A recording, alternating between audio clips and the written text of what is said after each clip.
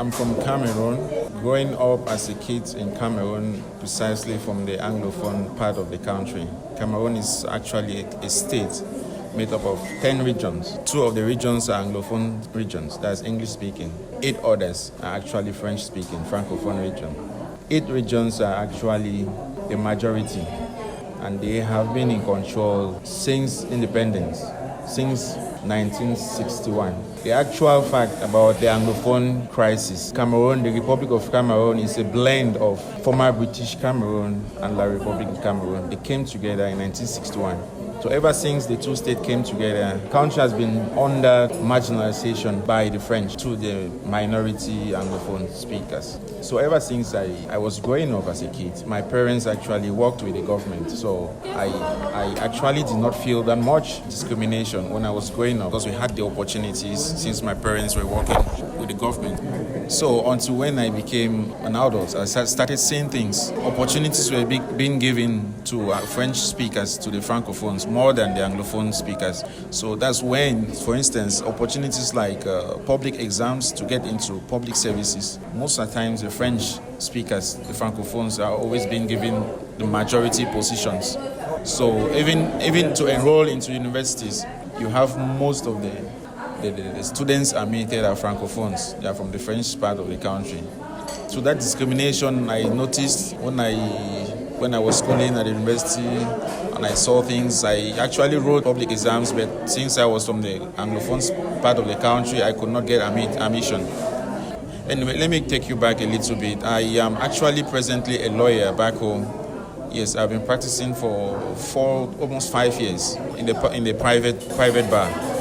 We, the lawyers, we actually wrote so many petitions to the state, bringing to their knowledge, because, for instance, most of the law texts that we used in court, they have been published in French language. So it's kind of difficult for Anglophone lawyers to actually use them in court. So, but the Constitution states that clearly. Cameroon is a bilingual country.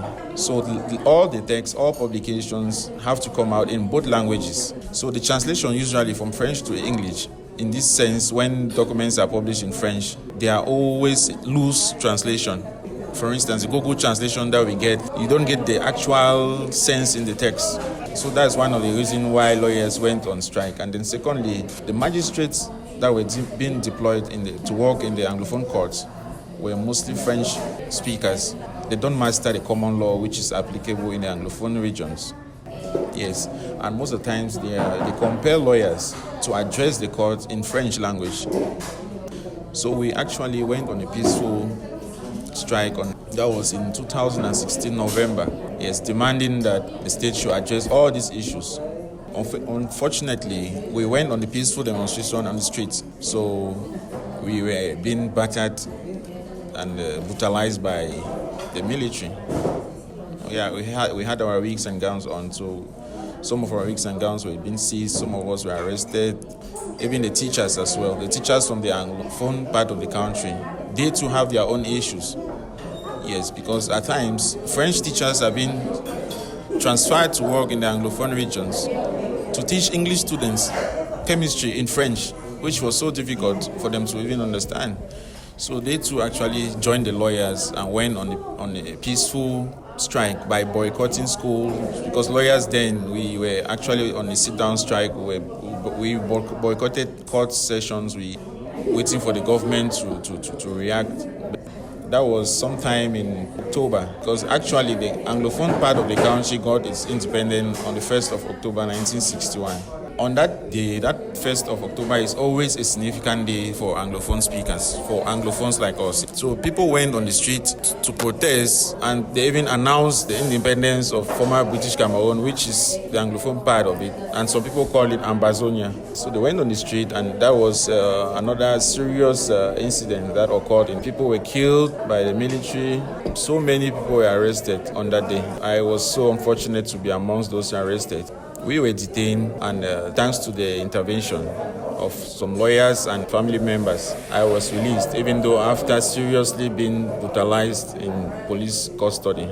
I believe after that, we had some other issues, so I became wanted. I became wanted as one of those propagating and advocating for the fight of our own rights. So the government looked at that as we are opposing the government. Some of us were actually being targeted by the state. So we had no option than to escape. Basically, that's a very brief story of what happened. And that was my immediate reason for leaving the country and passing through the Darién Gap, which is a risky zone, but I could not take any chances. I had to leave immediately. The Darién Gap was a risky one thanks to motivations. For instance, I saw some other younger kids from Haiti. They were so young. I told myself, if these kids could go through, and these ladies, I saw some other pregnant women as well, if they could go through this jungle, it means I can definitely go through it as well. Even though on my very first day, I had a very serious muscle cramp. I could not move. I prayed all night so that I could get stronger the following morning. Fortunately, the following morning, I woke up very strong, and then we spent about 5 nights in the jungle, and we were attacked by armed robbers. Our money was being taken away, our properties, and we had to trek, and we're almost dehydrating at one point until we met the first river. We actually got through Panama Camerún. The conditions there is horrible. No beds, no mattress to sleep on. We had to use cartons and nylon papers to sleep on. Had no toilets. People escorting in the rivers and in the bushes. We spent about two days in Panama Camerún, and we're taken to Panama Cam 2, where we paid $25 each for a boat to transport us to Panama Cam 2. Cam 2 itself too horrible, almost similar to Cam 1. No toilets, a lot of mosquitoes, and the environment so dirty and nasty. In fact, I cannot really actually describe what I saw. If I had the means to take photos and videos, I would have done so. Then we had to live there for 7 days, and then we were transported to Panama Cam 3. We paid $60 each, yes, to be transported to Cam 3, where the conditions there were at least a little bit better. You have your own bed space and about 10 persons per room. They give you food. We had to buy food most at times, because the food that they are being given is really bad. We lived there for about a week, I think. Then we were being taken to Costa Rica. And handed over to the immigration in Costa Rica. So we stayed there for a few hours, and our biometrics were being taken. From there, we traveled all night to Nicaragua. At Nicaragua, we had to smuggle ourselves in, and then we handed ourselves to the police, and then immigrations now took over.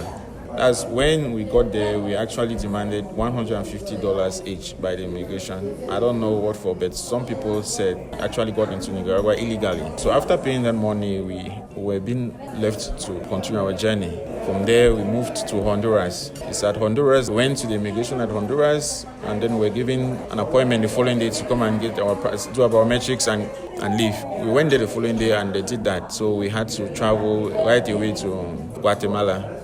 It's at Guatemala that we actually, at the borders between Guatemala and Mexico, that we were faced with another challenge.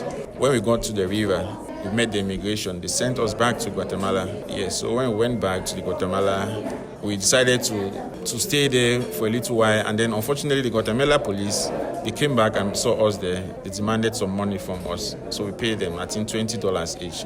So they allowed us there. We stayed there for about 3-4 hours in the bush.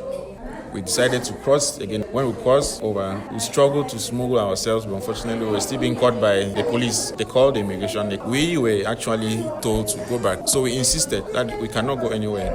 We've been deprived of our money, so we don't have anything on us left. And we cannot go back to our countries because we have a very serious crisis.